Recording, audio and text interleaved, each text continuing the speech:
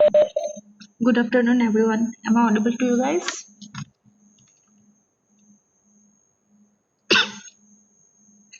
Good afternoon, ma'am. Okay, so I'm audible.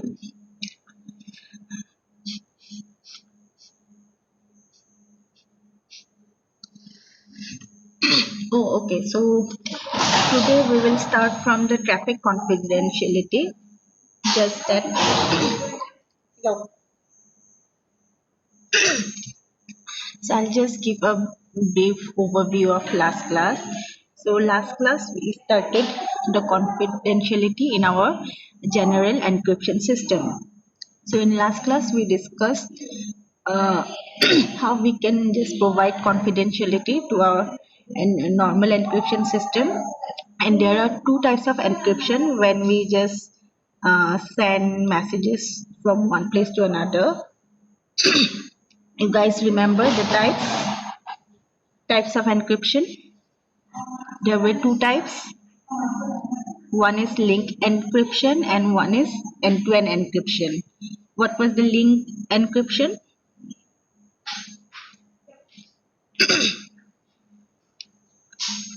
What was the link encryption?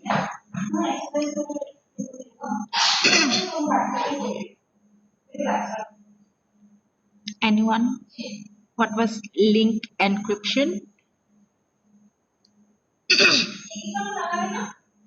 Only the N was encrypted. Yes. So for link encryption, and the encrypted means every node and switch will have an encryption between the links. Okay. Link is like means between every node or switches there will be encryption device. So traffic between every two nodes will be encrypted by your unique key. So in case of link encryption, your entire packet will be encrypted. Entire packet means in a packet we have both header and the user data. So in case of link encryption, the entire packet will be encrypted, and the disadvantage is that the message we need to decrypt at every node. So it will require a lots of encryption devices, and it will require a lots of links because every link will require 111 unique keys. So you can just imagine how many links can be there in a total network, and for every link we will need a unique key. So and what was end-to-end encryption?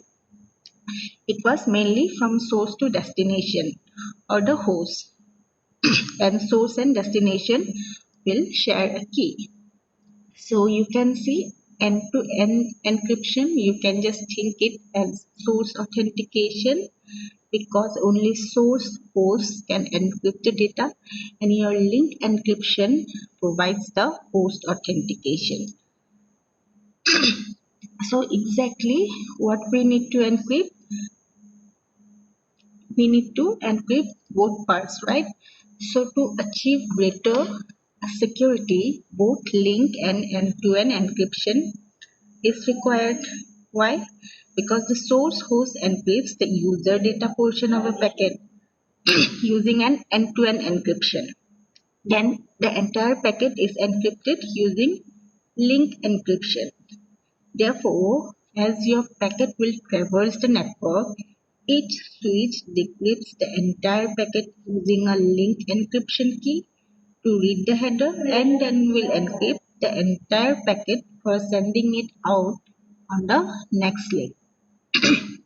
So for greater security, you will just use both, because in end to end we just secure the data, and in link we just secure the head. So if we use one and don't use the other one, so if only user data is encrypted, that means the opponent can still check the traffic analysis. So with the help of traffic analysis, because your header is still open, it's not encrypted, they can find out.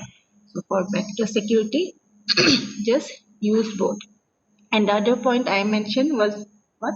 Link encryption is mainly for your physical or link layers, and the end-to-end encryption was mainly for your network or higher layers. Okay, so today we will just check traffic confidentiality. That one also I wait. Let me just share my screen.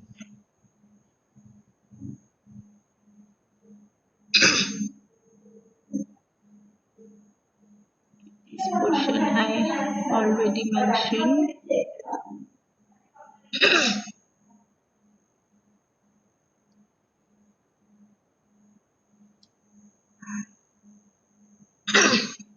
So we will see what is traffic confidentiality.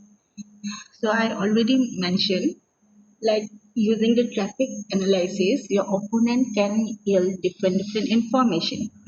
For example, like in commercial application, traffic analysis may be yield information that the traffic generators would like to conceal.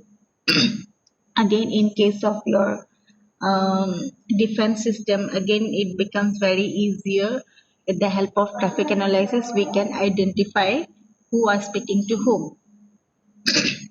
So using the traffic analysis, we can identify certain, means we can gather certain information, and those are like identifiers of partners, how frequently the partners are communicating, then message pattern, message length, quantity of messages that suggest important information is being exchanged, and the event that correlate with special conversation between particular partner. So another concern related to your traffic is that covered channel. Okay, there's another term, covered channel. Just right.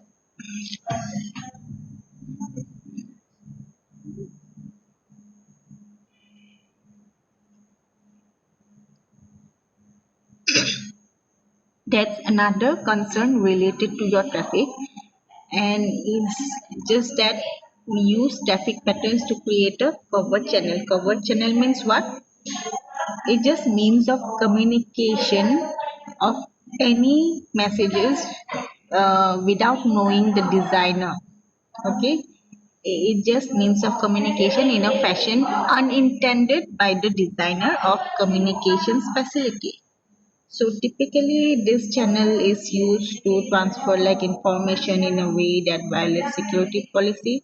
For example, like suppose any of an employee wants to communicate some information to outsider, okay, and the employee doesn't want that the management know the information. Just think about attitude or something. Just two employees want to deliver or send message to others, but they don't want management uh, should know that. So this will just require simple like eavesdropping part for the others to know. So what they can do, the two participants could just set up a code in which an apparently like legitimate message of a less than certain length means what they can do, they can just fix the value.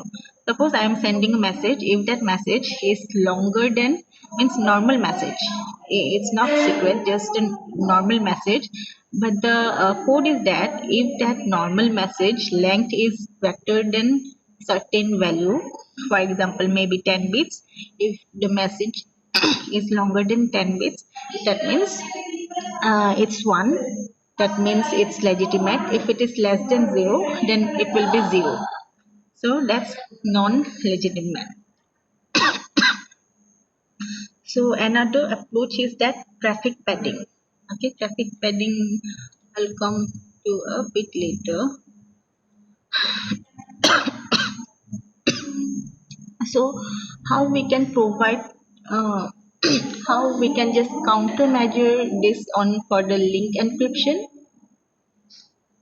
What is traffic padding? Can just say that. See, in case of link encryption, we just send messages through a link, just a communicating line between any two switches or something. Okay, so how to countermeasure traffic confidentiality on encryption, it will use a traffic padding device. So what is traffic padding device?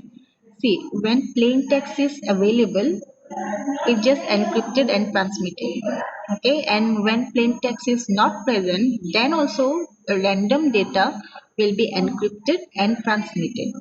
Okay, so if we do this, it will be difficult for the attacker to distinguish between true data flow and a padding. Okay, so that's all about traffic padding.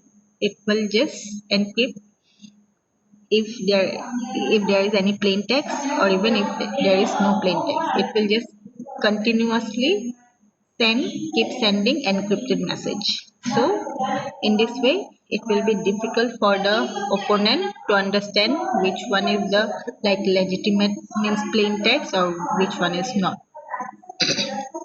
Okay, so what's the another countermeasure for the end-to-end encryption? Traffic padding is for link. Okay, it's for link encryption.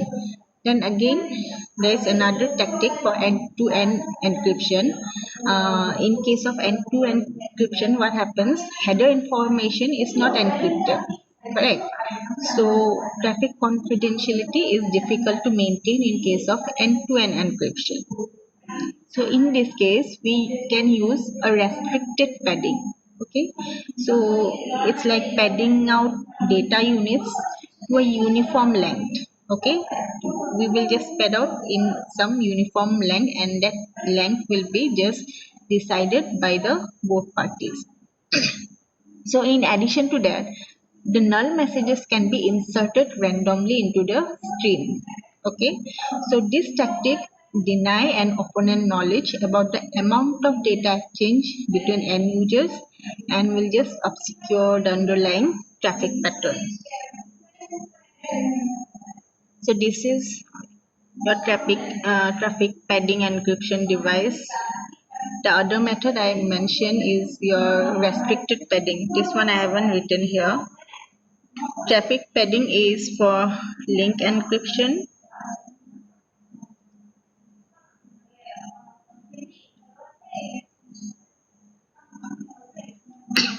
Other is your restricted, okay?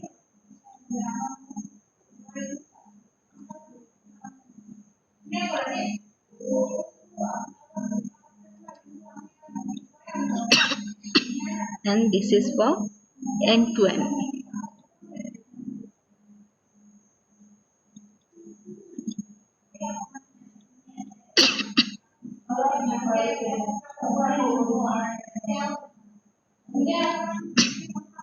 So what's the difference between? So what happens in traffic confidentiality? We don't want anyone to know this main information. For that, we have two types of encryption: link and end to end. For link encryption, to maintain the traffic confidentiality, we use traffic padding. That means what? We will just continuously produce ciphertext and will send to the other person and just keep continuously generating the ciphertext. Okay, in case of restricted padding, which is for end-to-end encryption, this one is we will just pad the data in a uniform length, and we can also insert null messages randomly into the stream. So in both these two ways, we can just maintain traffic confidentiality. So this is just the message for an encryption device. Next is your key distribution. So see, for your symmetric encryption to work, the two parties must share the same key, right? What is symmetric key encryption? Like our conventional encryption, the two parties should share the same key. So for that, what could be the possible secure countermeasure so that your keys are not lost? A very simple one is that we just keep asking, just keep change your password frequently so that it's become difficult for the opponent to guess your keys or password. So there can be like different methods to get the keys, or just different keys. Okay, suppose, just wait, I'm getting a call.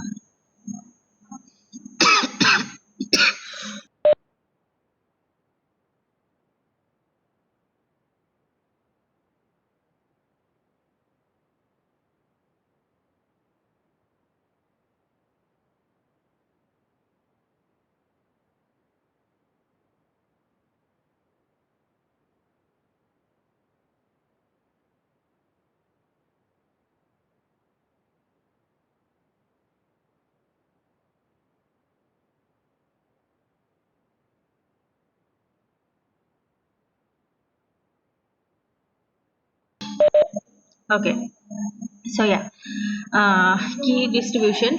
Okay, for any encryption we need to share the keys between the two parties, right? And we need to make sure that the other parties or the opponents don't have the access to that key. Okay, now suppose two parties A and B wants to just share the keys. How can they do that, share that key? The one way to do this is that A can just select a key and physically deliver it to B, right? Then second approach can be a third party is involved.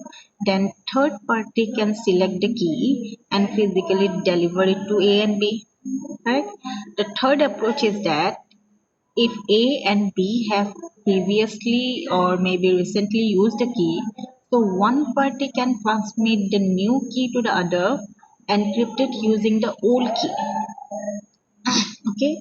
Then the fourth approach is that if A and B each has an encrypted connection to third party C, then C can deliver a key on the encrypted links to A and B. Okay, these are the four general approaches how key can be shared between the two parties. Okay, so now we can see, just see these two options, first two options. Okay, first two options you can say these are your manual delivery, right? To one person is key manually physically delivering to B, and the third party also giving the physical delivery. So these two processes are your manual, correct? So for link encryption, this way is okay because each node exchanges data with only its neighboring nodes. But for end-to-end encryption, this method is somehow not that um, means required or desirable. It will be very awkward because especially for like distributed system, there will be so many hosts, and if you want to deliver each of this key to so many hosts, then it will be a awkward situation. So this two is okay for link. Okay, these two are okay for link.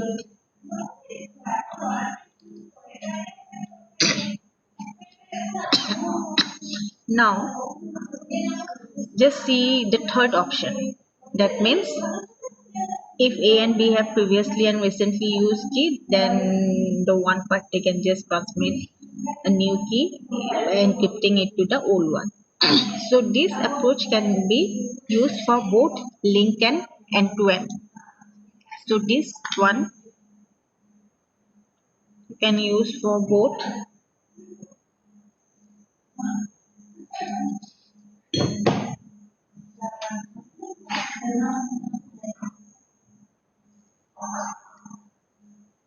link and end-to-end. Okay, the third option is for both. So but the thing is, if an attacker ever succeeds in gaining access to to the one key, at least one key, then all the subsequent key will be revealed, correct? Because your new key is encrypted in the old key. So if one key is available to the attacker, then all the keys will be revealed to the other. However, the initial distribution will be a bit difficult too. Now see option 4. Okay, so this one is for end-to-end encryption, and some variations are like widely adopted in different places. So this one is, you can say, mainly for end-to-end.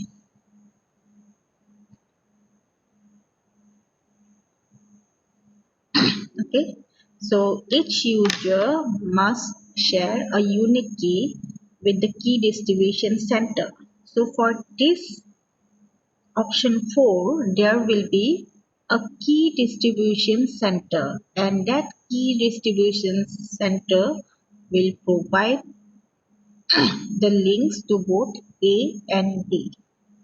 Okay, so let's see what is key distribution centers. Okay, this center is only for your option 4 because key distribution center is just a third party.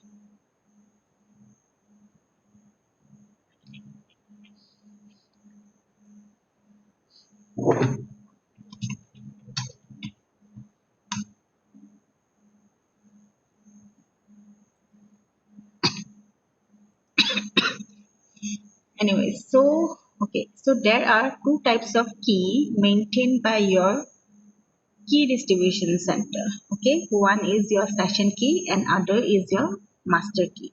So what is session key? Session key is just your temporary key, and it's used for the duration of a logical connection between A to B, and this is mainly generated by the key distribution center. Okay, and then what is master key? All the session keys are encrypted using a master key, and these master keys are physically delivered to both the parties. Okay, so this is all about your key distribution center. Now let's see what can be the possible scenario for your key distribution. Session key and master key clear? Key distribution centers will mainly generate two types of key. One is session key. Session key is just a temporary key, and other is master key. All the session keys will be encrypted using the master key. Okay, and session keys are only, like, since it's temporary, it will be available only in the duration of logical connection between A to B. Okay, so let's, okay, other than that, there will be some, this one already I mentioned actually. There will be some key hierarchy, session key. Your data will be there, then session key, then comes your master key. So master key is physically delivered, that is non-cryptographic, and session key will be cryptographic. So let's see the key distribution scenario. So what happens here? Suppose a user, this is your two users are there, A and B, and there's a key distribution system. So user A wishes to establish a logical connection with B. So A and B will share a master key KA.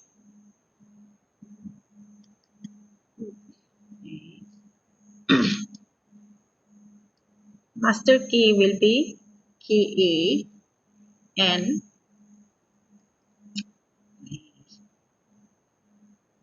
KB. Okay.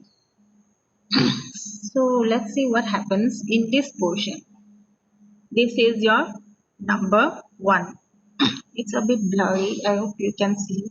It's just IDA, IDB, and N1. So what happens? This is the first step. So what happens here? A issues a request to your KDC. KDC means key distribution center for a session key to connect to B. Okay, this is the first step. A will issue request to KDC to generate a session key to connect with B. Then this request message will consist of two things. One is identity of A and B. This is IDA and IDB. Then there will be a unique identifier N1. This N1 is known as nonce. Okay, it's for just transaction. So your nonce may be a timestamp, a counter, or a random number.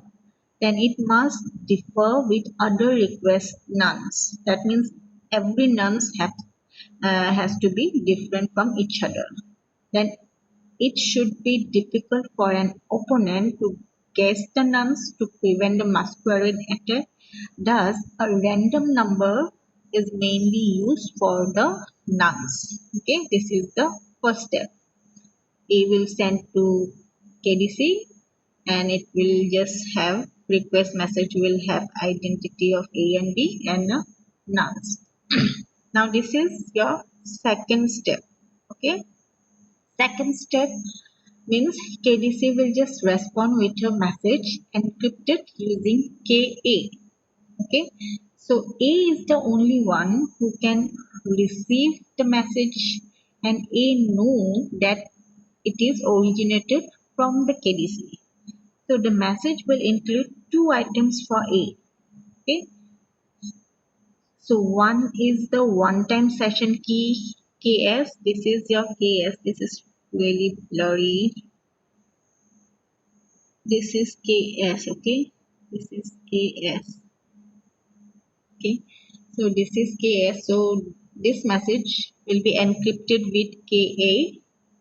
This message will be encrypted with KA and it will have two items for A. One is one-time session key KS and the original request message. This is the original message request. Okay, this is the original.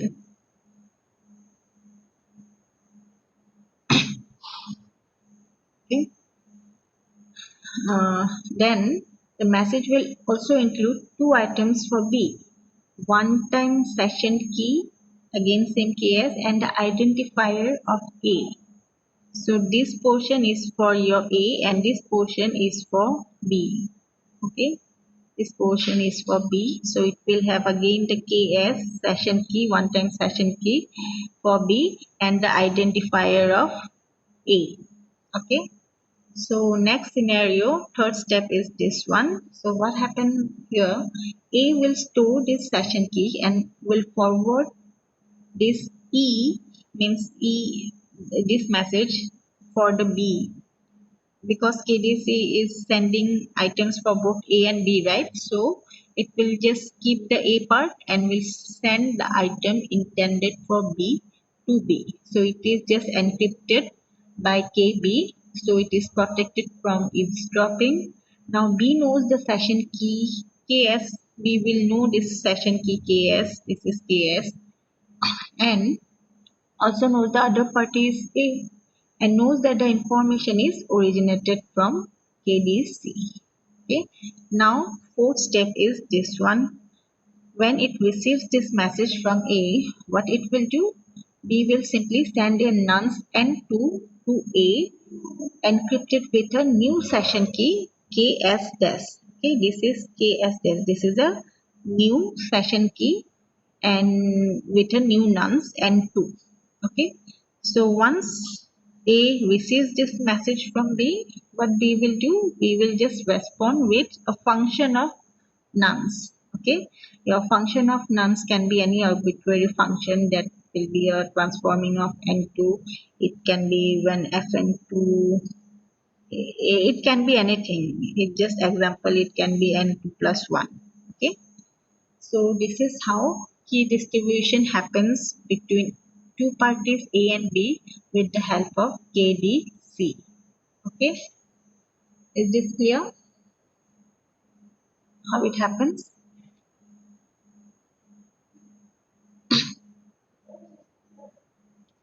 Everyone?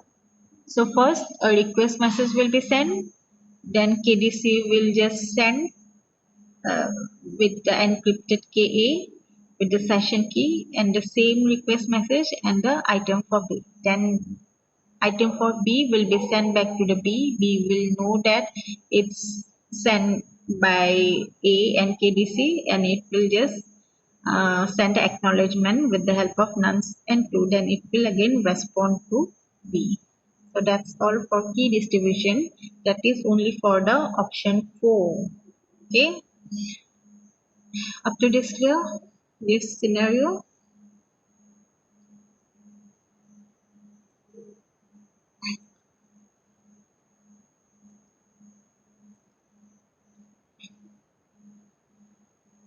Okay, other than that, there can be like some issues of key distributions, like one is hierarchy of the keys. See, instead of using one KDC, several key distribution centers can be used in a hierarchy. So, if a local KDC is responsible for a local domain, then local domain means you can just think about a single LAN or single building. Okay. So, for communication among entities within a local domain, the local KDC is responsible for key distribution. Okay. And again, if two parties in different domain desire a shared key, then corresponding local KDCs can communicate through a global KDC. Okay. So in that case, any one of the three KDCs can be selected. Okay. So in this case, what's the problem? Temporary session keys are transmitted in encrypted using master key that is shared by key distribution centers and end user systems, and for the long term storage it's a bit difficult to store all these keys. Okay,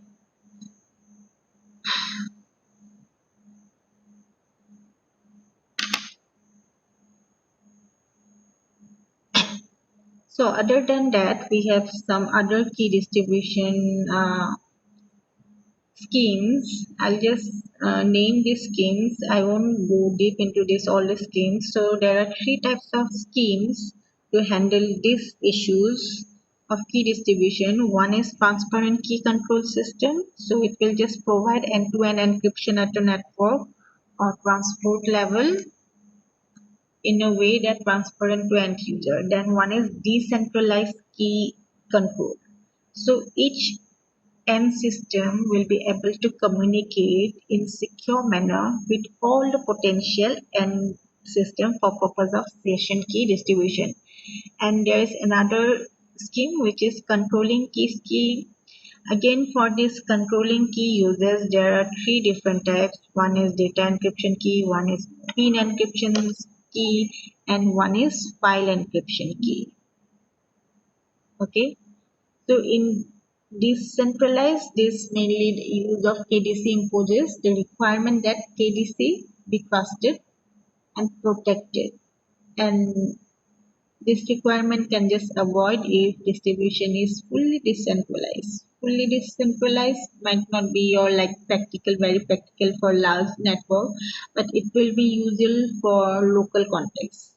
Remember, I mentioned there can be local key distribution for the local buildings, and there will be a global KDC for distributing keys among all the local KDCs.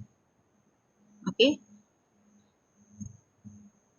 and control key use means how to attach information in session keys. I won't go deep into these three types. Okay.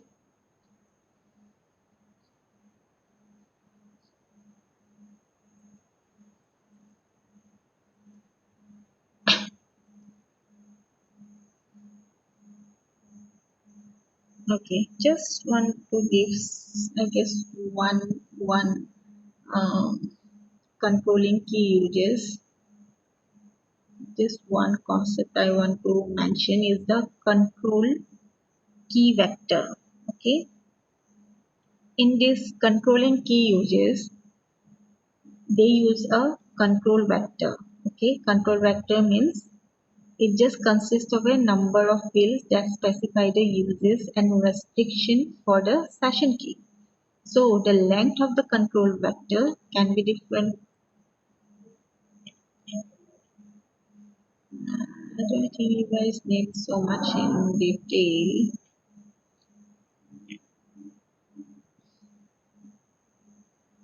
Okay, just will tell you the control vector part.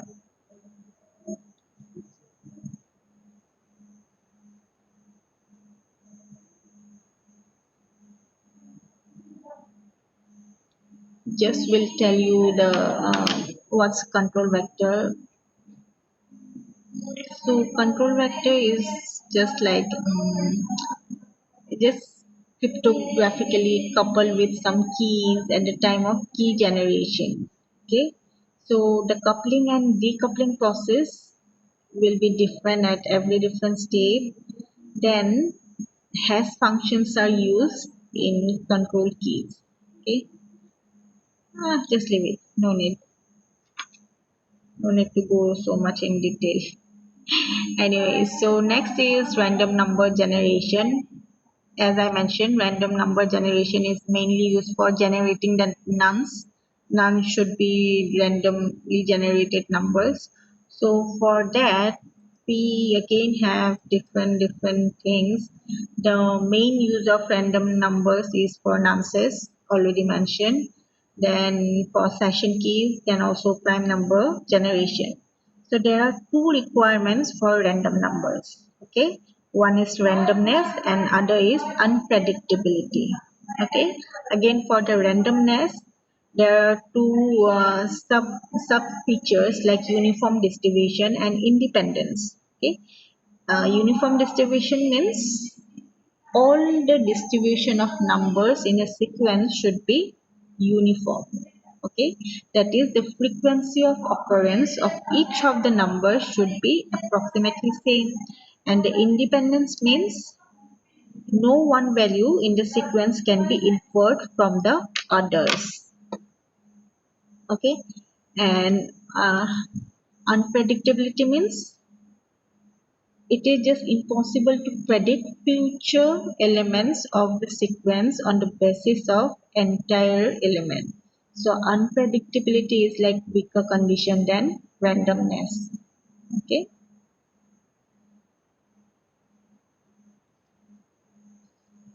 So just remember these two features, randomness and unpredictability. What is randomness and what is unpredictability? Okay. So source of random numbers can be your true random number generator and pseudo number generator. However, true random number generator is not that practical, but most widely used one is your pseudo random number generator.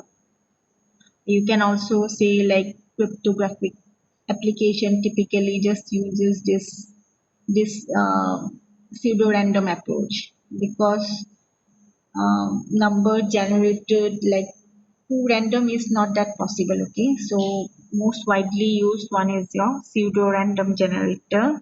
So again for pseudo random generator, two types again. One is linear congruential generator, I haven't mentioned here, it's fine. Then other is your cryptographically generated numbers. So again for cryptographically generated numbers there are different ways. One is cyclic encryption, one is DES output feedback, one is NCIN, one is Blum Blum shop generator.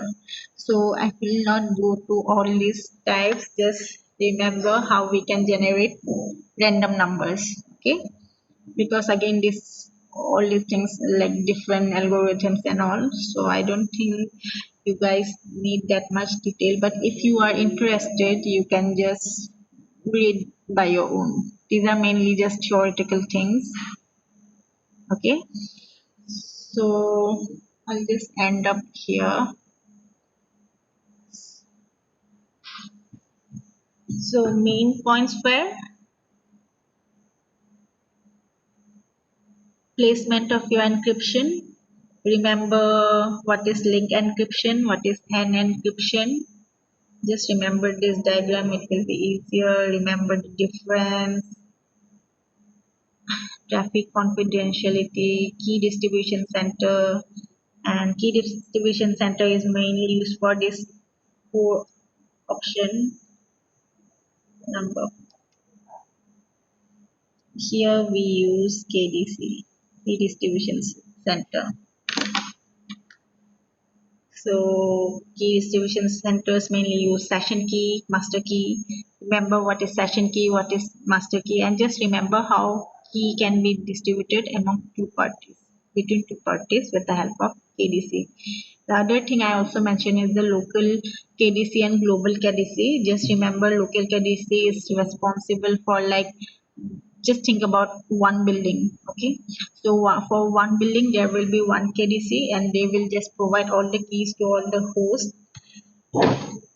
If there are two buildings, again for the second building, the second KDC will be responsible for generating all the keys. Then there can be a global KDC because if there are lots of numbers of hosts, so the global KDC can again share all keys to the all local KDCs.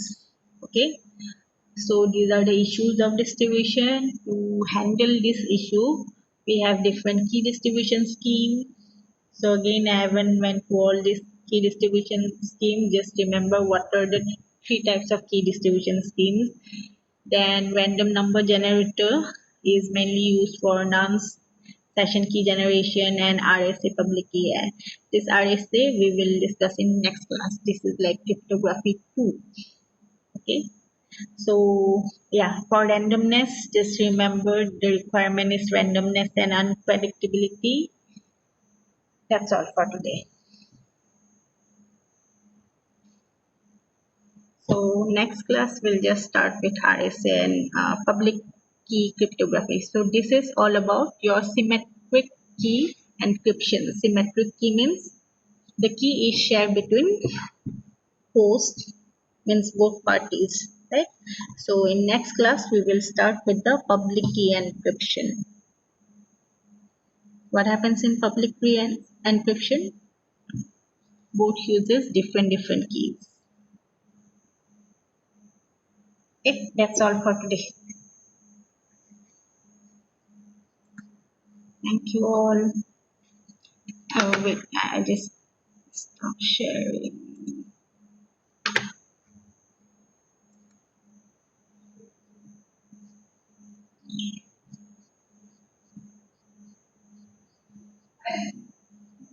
Oh, papi আবার class করে আসো না ভরাম হ্যাঁ ওকে এক minute বাবা এক minute বাবা হ্যাঁ okay done. You can just leave the class and thank you all. Oh, very low audio.